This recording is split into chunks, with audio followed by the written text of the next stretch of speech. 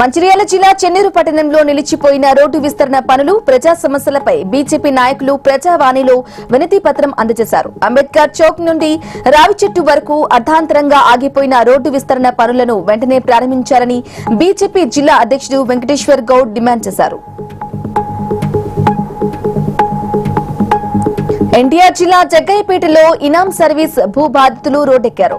భారీ సంఖ్యలో ఎంఆర్ఓ కార్యాలయానికి ర్యాలీగా చేరుకుని నిరసన తెలియజేశారు. 10 ఏళ్లుగా ప్రభుత్వాల చుట్టూ తిరుగుతున్నా సమస్య పరిష్కారం కావటం లేదని బాధితులు కన్నీటి పర్యంతమవుతున్నారు.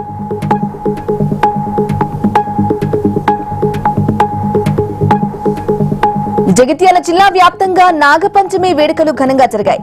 మహిళా భక్తులతో నాగదేవత ఆలయాలు కిటకిటలాడాయి. భక్తులు పెద్ద సంఖ్యలో ఆలయాలకు చేరుకుని ప్రత్యేక పూజలు నిర్వహించారు.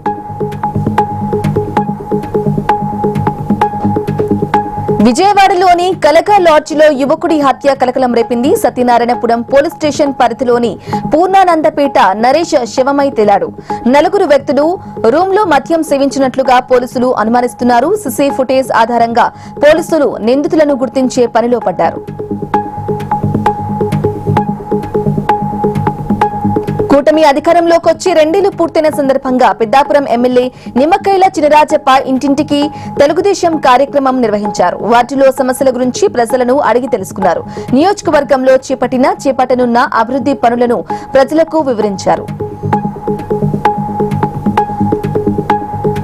శ్రావణ మాసం నాగుల పంచమి సందర్భంగా నిర్మల్ జిల్లా ఖానాపూర్లోని పలు ఆలయాలు భక్తులతో కిటకిటలాడాయి. తెల్లవారుజాము నుంచి మహిళలు కుటుంబ సమేతంగా తరలివచ్చి ప్రత్యేక పూజలు చేసి మొక్కులు చెల్లించుకున్నారు. శ్రావణ సోమవారం నాగుల పంచమి ఒకే రోజు రావడంతో మంచిర్యాల జిల్లా చెన్నూరు పట్టణంలోని శివాలయంలో ఆధ్యాత్మిక శోభ సంతరించుకుంది. ఉదయం నుంచే మహిళా భక్తులు భారీ సంఖ్యలో ఆలయానికి తరలివచ్చి నాగుపాము పుట్టల వద్ద ప్రత్యేక పూజలు నిర్వహించారు.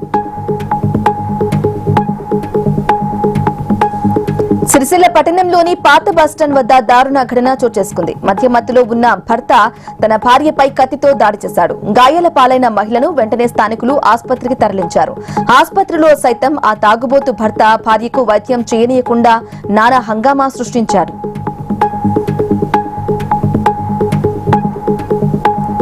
ఉమ్మడి ఆదిలాబాద్ జిల్లా ఉట్నూరులోని నందినిరెడ్డి గార్డెన్లో కాంగ్రెస్ పీఏసీ సమీక్ష సమావేశాన్ని నిర్వహించింది.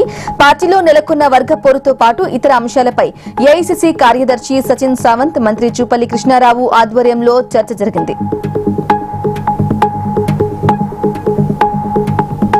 మంచిర్యాల జిల్లా చెన్నూరు పట్టణ పరిధిలోని జాతీయ రహదారిపై పోలీసులు విస్తృత తనిఖీలు చేపట్టారు. వాహనదారుల భద్రత దృష్ట్యా పెద్ద ఎత్తున డ్రంక్ అండ్ డ్రైవ్ తనిఖీలు నిర్వహించారు. వాహనాలకు సరైన పత్రాలు ఉన్నాయో లేదో చెక్ చేశారు.